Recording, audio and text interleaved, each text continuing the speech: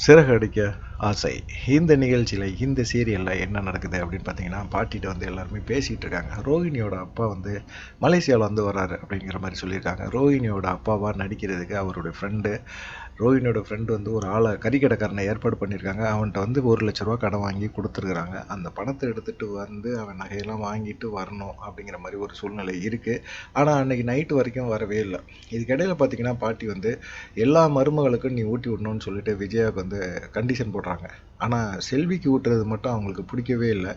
மற்றபடி இப்போ எல்லாத்துக்கும் பார்த்தீங்கன்னா பயங்கரமாக ஊட்டுறாங்க. ஆனால் பாட்டி வந்து சொல்லுது, எல்லா மருமகளையும் ஒரே மாதிரி தான் நீ பார்க்கணும், வேறு மாதிரிலாம் நீ பார்த்தேன்னு வச்சுக்கேன் கடுப்பாயிருவேன், காண்டாயிருவேன் அப்படிங்கிற மாதிரி விஜயா மிரட்டினோன்னே, நான் என்ன தான் பண்ணுறது அப்படின்னு சொல்கிறாங்க. முத்து வந்து, பாட்டி அதான் பாட்டிங்க நடக்குது, ஆனால் அம்மா கை ஊட்டும் போது பார்த்தீங்கன்னா ரொம்ப நல்லா தான் இருக்குது அப்படிங்கிற மாதிரி சொல்கிறாங்க. எல்லா மருமகளையும் ஒன்றா நடத்துறது.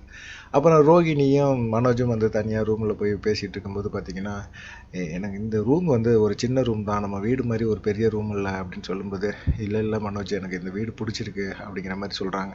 ஏன்னா அவங்க கிராமத்தில் வளர்ந்தவங்க, ஆனால் மனோஜ் வந்து அவங்க மலேசியாவிலேருந்து வந்தவங்க அப்படிங்கிற மாதிரி நினச்சிட்டு இருக்கனால அது மாதிரி சொல்லும்போது, இல்லை இல்லை எனக்கு இந்த ரூம் பிடிச்சிருக்கு, நீ படுத்துக்கோ அப்படின்னு சொல்லி சொல்கிறாங்க. அதே போல் சுருதி பார்த்திங்கன்னா, கொசு கடிக்குது அப்படின்னு சொல்லும்போது, என்ன கொசு கடிச்சது அப்படின்னா, இப்போ ஒரு கொசு வந்து என்னை கடிச்சிட்டு போச்சு, எனக்கு கம்ஃபர்டபுளாகவே இல்லைடா அப்படிங்கிற மாதிரி சொல்லிட்டு இருக்காங்க. சுருதி பொறுத்துக்கோ, ஒரு 4 நாள் பொறுத்துக்கோ சுருதி, அதுக்கப்புறமா பார்த்துக்கலாம், நம்ம பாட்டி வீட்டு முடிச்சுட்டு நம்ம போவோம், மனசு கஷ்டப்படுவாங்க பாட்டி அப்படிங்கிற மாதிரி சமாதானப்படுத்துகிறாப்புல. இருந்தாலும் பார்த்தீங்கன்னா சுருதி வந்து வேணுங்க வேணாங்க மாதிரி இருக்கிறாங்க. அப்புறம் பார்த்தீங்கன்னா ஹாலில் உட்காந்து மீனை வந்து பூ கட்டிகிட்டு இருக்காங்க. அப்போ முத்து வந்து, பாட்டி இவளுக்கு எங்கே பூவை பார்த்தாலும் உடனே கட்டணும்னு ஆரம்பிச்சிருவா பாட்டி அப்படிங்கிற மாதிரி கிண்டல் பண்ணிகிட்டு இருக்காப்புல. அதே இல்லாமல் பூக்கடை வச்சுருக்கோம் பாட்டி சொன்னாப்புலையா அப்படின்னு கேட்கும்போது, அப்படியா, என்னடா பூக்கடையெல்லாம் வச்சுருக்கியா, எந்த தொழில் பண்ணாலும் நல்ல தொழில் தான் பண்ணுடா அப்படின்னு. ஒவ்வொருத்தங்க அந்த மாதிரி டார்ச்சர் கொடுத்துட்டாங்க பாட்டி, அதனால் வேறு வழி இல்லை, மீனாவுக்கு பூக்கடை ஒன்று வச்சு கொடுத்துட்டோம் அப்படிங்கும்போது, என்னடா பெருசாக யாரா டார்ச்சர் பண்ணா அப்படின்னு விஜயா பயங்கரமாக கொந்தளிக்க ஆரம்பிச்சிட்டாங்க. பாட்டி உடனே, டேய் அண்ணாமலை, இவனாவது முத்தாவது தான் பொண்டாட்டி பேரில் ஏதாவது ஒன்று வச்சு கொடுத்தான், நீ அம்மாவுக்கு ஏதாவது செஞ்சியாடா, உட்றா அப்படிங்கிற மாதிரி அவங்க வேறு கிண்டல் பண்ணுறாங்க. எல்லாருமே பாட்டி மீனாவை வந்து ரொம்ப குத்தி குத்தி காட்டுறாங்க பாட்டி. அதனால் மீனாக்குன்னு ஒரு மரியாதை வேணும்ல பாட்டி, எங்கே போனாலும் பூங்கிற ஒரு விஷயம் வந்து தேவை தானே, நல்ல விஷயத்துக்காக இருந்தாலும் சரி கெட்ட விஷயத்துக்காக இருந்தாலும் சரி பூ தேவைப்படுது இல்லை அப்படின்னு சொல்லி முத்து வேற சொல்லிட்டு இருக்காப்புல. ஆமா ஆமான்னு பாட்டி வேற முத்துக்கு ஜால்ரா அடிச்சிட்டு இருக்காங்க. சின்ன வயசுலேருந்தே முத்து வந்து பாட்டி வீட்டில் வளர்ந்தனால பாட்டி அவங்களுக்கு ஃபுல் சப்போர்ட் பண்ணுறாங்க. மருமக விஜயா வந்து ரொம்ப திணறி போயிடுறா. நாளைக்கு பேசிக்கலாம் அத்தை, ரோஹிணியோட அப்பா வேற நாளைக்கு வரேன் இருக்காரு, அதனால பார்த்தீங்கன்னா என்ன நடக்குன்னு தெரியல, அவர் வரும்போது நம்ம என்ன பண்ணணும், ஏகப்பட்ட வேலை இருக்குது அப்படிங்கிற மாதிரி சொல்கிறாங்க. இதை ரோஹிணி வந்து கதவோரத்தில் நின்று கேட்டுறாங்க. கேட்டுட்டு, மீனா காலையில் எந்திரிச்சு நீ எல்லா வேலையும் பார்த்துடுற சரியா அப்படின்போது ரோஹிணி வந்துடுறாங்க.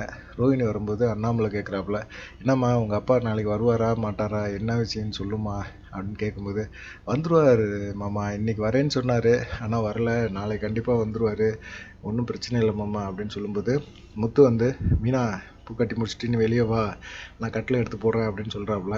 அதுக்கு இடையில பார்த்தீங்கன்னா ரோஹிணி உள்ளே போய் ரூம்குள்ளே போய் கதவோரத்தில் நின்றுக்கிட்டு அவள் ஃப்ரெண்டுக்கு ஃபோன் பண்ணி, என்னடி பணம் கொடுத்தோம், அந்த ஆள் வரேன்னு சொன்னான், எங்கள் அப்பனா நடிக்கிறவன், அவன் கையில் பணத்தை கொடுத்துட்டு வந்துருக்கிறான், வருவானா மாட்டானா இல்லை பணத்தோடு ஓடி போயிடுவானா, என்னடி பயமாக இருக்குடி, இது வரைக்கும் ஒன்றும் பிரச்சனை இல்லை, முத்து இருக்கானே அவன் ஏகப்பட்ட கேள்வி கேட்பான் தெரியுமில்ல, மனசு நோகடிக்கிற மாதிரி வார்த்தையில் விளாடுவான்டி, நீ வர சொல்லுடி எப்படியாவது அப்படின்னு, இன்னைக்கு வந்துடுவார், நகை பணம்லாம் கிடைக்கலன்னு சொல்லிட்டு இருந்தார், கண்டிப்பாக வந்துடுவார், நீ ஒன்றும் கவலைப்படாத அப்படிங்கிற மாதிரி சமாதானப்படுத்துகிறாங்க. வெளியே வந்து முத்து வந்து வழக்கம் போல் கட்டில் தூக்கி போட்டேன் அப்படியே உட்காந்துருக்காப்ல, டேய் லூசு பயலா அப்படிங்கிற மாதிரி மீனா பார்த்துட்டு, இவ்வளோ பனி பெய்யுது, இந்த பனியில் வந்து படுக்க சொல்கிறியா, கொஞ்சமாவது அறிவு இருக்குதா உனக்கு அப்படின்னா, ஏய் கிராமத்தில் வந்து வெளியே கட்டில் விரித்து போட்டு நிலாவை பார்த்துட்டு தூங்குறது எவ்வளோ பெரிய சுகம் தெரியுமா, அதெல்லாம் ரைட்டு, காலையில் பனியில் படுத்துருந்தோம்னா காலையில் தலைவலிக்கும் ஜலதோஷம் பிடிக்கும், இதெல்லாம் உனக்கு தெரியுமா தெரியாதா அப்படின்னு கேட்கணும். உனக்கு என்ன சளி தானே பிடிக்கும், ஜலதோஷம் வரும், பனி தலையில் விழுவக்கூடாது அவ்வளோதானே, ஏற்பாடு பண்ணுறேன் அப்படின்னு சொல்லிட்டு வீட்டுக்குள்ளே போய் கொடையை எடுத்துகிட்டு வந்து கட்டில் எட்ஜில் வந்து கட்டி விட்றாப்புல. சரி, இப்போ நிலா வெளிச்சம் தெரியலையே, இருட்டாயிருச்சே என்ன பண்ணுறது அப்படின்னு கேட்கும்போது, இந்த குட்டி செல்ஃபோனில் இருக்கும்ல டார்ச் லைட்டு, அதை ஆன் பண்ணி அந்த மேலே இருக்க கம்பியில் வந்து கொடை கம்பியில் வந்து மாட்டி விட்றாப்புல. சூப்பராக ஒரு செட்டப்பை கொடுத்துட்றாப்புல. செட்டப் கொடுத்தோன்னே படு மீனா அப்படின்னு சொல்லிட்டு என்ன பாட்டு பாட அப்படின்னு சொல்லும்போது நிலா காயுது அந்த பாட்டை பாடுறாப்புல. மீ செல்வி வந்து ஒரு மாதிரி யோசிக்க ஆரம்பிச்சிடுறாங்க. என்னவோ யோசிக்க ஆரம்பிச்சிடுறாங்க. நீ ஒன்றும் இது வந்து கிராமத்தில் படுத்துருக்கிற இந்த சுகம் இருக்குல்ல, அது ரொம்ப ஒரு நல்ல சுகம் தான்ப்பா அப்படிங்கிற மாதிரி அவங்கள சமாதானப்படுத்துகிறாங்க.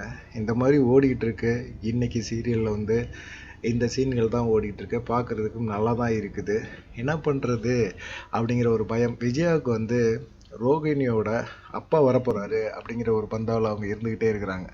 அவங்க அப்பா வந்து என்ன செய்ய போகிறாரு அப்படின்னா, மற்றவங்கள காட்டிலும் அவங்க அப்பா வந்து நிறைய வந்து செய்ய போகிறாரு ரோகிணிக்கு அப்படிங்கிற ஒரு எண்ணம் அவங்களுக்கு இருக்குது. ஏன்னா பெரிய தொழிலதிபரோட பொண்ணு, ஏகப்பட்ட நகையெல்லாம் கொண்டு வர போகிறாரு. கல்யாணத்துக்கு அப்புறம் அந்த பொண்ணை பார்க்குறதுக்கு அவர் வரவே இல்லை. அதனால வரும்போது நிறைய சீர்வரிசையோடு வருவார் அப்படிங்கிற ஒரு எதிர்பார்ப்போடு இருக்கிறாங்க.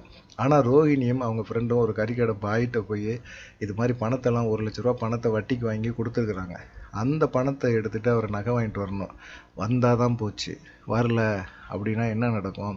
சீரியலில் மேலும் குழப்பம் வரும். உங்கள் அப்பன் வரமாட்டான் அப்படிங்கிற மாதிரி முத்து ஏற்கனவே உங்களுக்கு ஆரம்பிச்சிருவாப்புல. இது மாதிரி சீனெல்லாம் ஓடுறதுக்கு வாய்ப்புகள் இருக்குது. அதனால ரோஹிணி வந்து ரொம்ப வந்து தவிச்சிட்டு இருக்காங்க. ஏதாவது ஒன்று நமக்கு நடந்தாகணும், ஏதாவது ஒன்று பண்ணியாகணும் அப்படின்னு சொல்லி தான் இந்த ஏற்பாடை ஃப்ரெண்டு மூலமாக பண்ணியிருக்காங்க. ஆனால் வந்து வர்றதுக்கு வாய்ப்பு இருக்கா இல்லையா அப்படிங்கிற ஒரு பயத்தில் ரோஹிணி இருந்துக்கிட்டே இருக்கிறாங்க. அங்கே இந்த சைடு ஃப்ரெண்டு நம்பிக்கையாக சொல்கிறாங்க, பாய் வந்து கண்டிப்பாக அவர் வர மாட்டாரா கறிக்கடை பாய் அப்படின்னு தெரியல. ஏன்னா பக்குன்னு எல்லாத்தையுமே உருவாக்கிட்டு இருக்காரு. ரோஹிணி இங்கே பதட்டமாக இருக்கிறாங்க. மனோஜ் வந்து மாமனார் வரப்போகிறாரு அப்படிங்கிற மாதிரி ஒரு எண்ணத்தை உருவாக்குறாங்க. முத்து, செல்வி, மீனா இவங்களுடைய காதல் இந்த பார்க்கும்போது ஒரு புருஷன் பொண்டாட்டினா இப்படி தாண்டா இருக்கணும் அப்படின்னு சொல்லி தோணுது. முத்து, மீனா இந்த ஒரு நட்பு, தம் பொண்டாட்டியை வந்து மாமியார் அம்மா திட்டுறாங்க அப்படிங்கும்போது விட்டு கொடுக்கக்கூடாது அப்படிங்கிற ஒரு எண்ணம், அதெல்லாம் பார்க்கும்போது அந்த சீரியலில் பார்க்கும்போது இது மாதிரி ஒரு புருஷன் நமக்கு வரமாட்டானா அப்படின்னு சொல்லி எல்லா பெண்களும் ஏங்குற அளவுக்கு வச்சுருக்குறாங்க. ஏன்னு கேட்டிங்கன்னா எவ்வளோ பெரிய குடும்பமாக இருந்தாலும் அந்த குடும்பத்தில் வந்து தான் பொண்டாட்டிக்கு ஒரு மதிப்பு கொடுத்தே ஆகணும். அவங்க வந்து படிக்கலை, வேலைக்கு போகல அப்படின்னாலும் மீதி மருமக எல்லாம் வேலைக்கு போயிடுறாங்க, நல்ல காசோடு இருக்கிறாங்க, பணக்காரங்களாக இருக்காங்க அப்படின்னு வந்து பேசினாலும் இந்த விஷயத்த வந்து விட்டு கொடுக்கக்கூடாது அப்படின்னு முத்து நினைக்கிறாப்புல இல்லை. அந்த நினப்பு தான் வந்து எல்லாத்துக்குமே பிடிச்சிருக்கு. அதுபோல் ஒரு புருஷன் நமக்கு அமைய மாட்டானா அப்படின்னு சொல்லி எல்லாருமே நினைப்பாங்க. ரெண்டாவது பார்த்தீங்கன்னா ரோஹிணிக்கு அணைஞ்சிருக்க மனோஜும் ஒரு ஃப்ராடு, ரோஹிணியும் ஒரு ஃப்ராடு. 2 ஃப்ராடும் சேர்ந்து எல்லாத்தையும் ஏமாத்துதுங்க, கும்பலாக ஏமாற்றிட்டு இருக்குங்க. அதை வந்து எத்தனை பேருக்கு பிடிக்கும் அப்படிங்கிறதே தெரியல. அதை தாண்டி பார்த்தீங்கன்னா இன்னொன்று, அதுங்க வந்து பெரிய பணக்கார குடும்பம் அப்படிங்கிறபோது அவங்க பாட்டுக்கு அவங்க வேலையை பார்க்குறாங்க.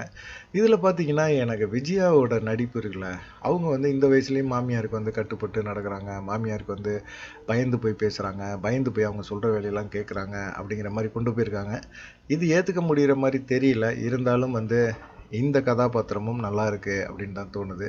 பார்க்கலாம். இன்னைக்கு சீரியலில் இதான் ஓடிட்டுருக்கு. நாளைக்கு என்ன நடக்கும் அப்படிங்கிறத பார்ப்போம். நன்றி, வணக்கம்.